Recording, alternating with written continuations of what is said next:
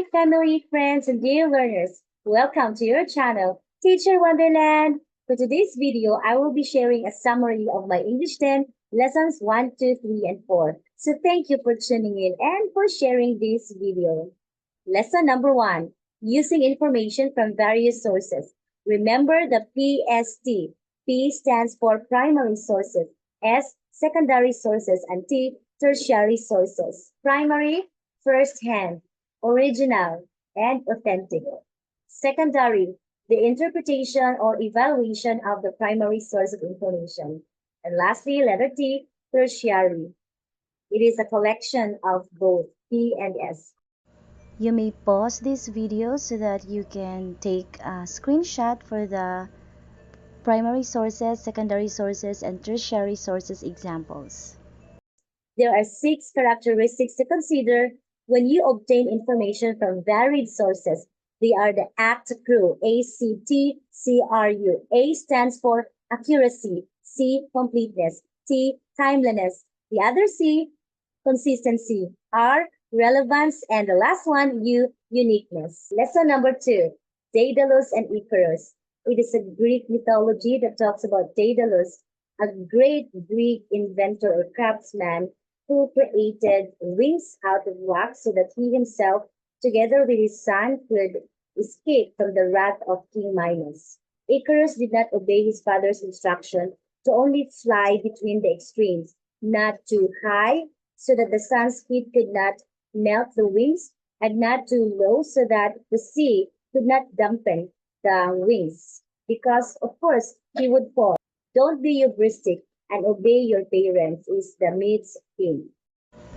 Aside from Daedalus and Icarus, these are the other characters of the myth Daedalus and Icarus. We have King Minos, Queen Pasiphae, Princess Ariadne, Theseus, King Cocalus, and Minotaur. Lesson number 3, textual aids. These are visual elements that helps a reader understand the given text easily. 6 types of textual aids.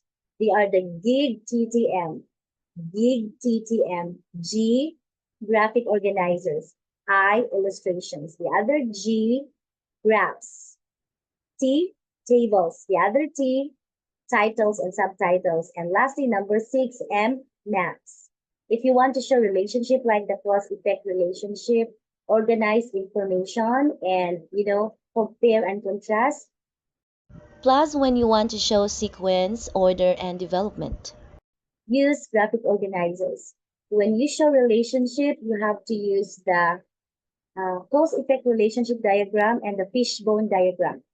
Next is when you want to compare and contrast, then use Venn diagram or a T-chart. Then if you want to organize information because you want to write something, then try concept map or mind mapping.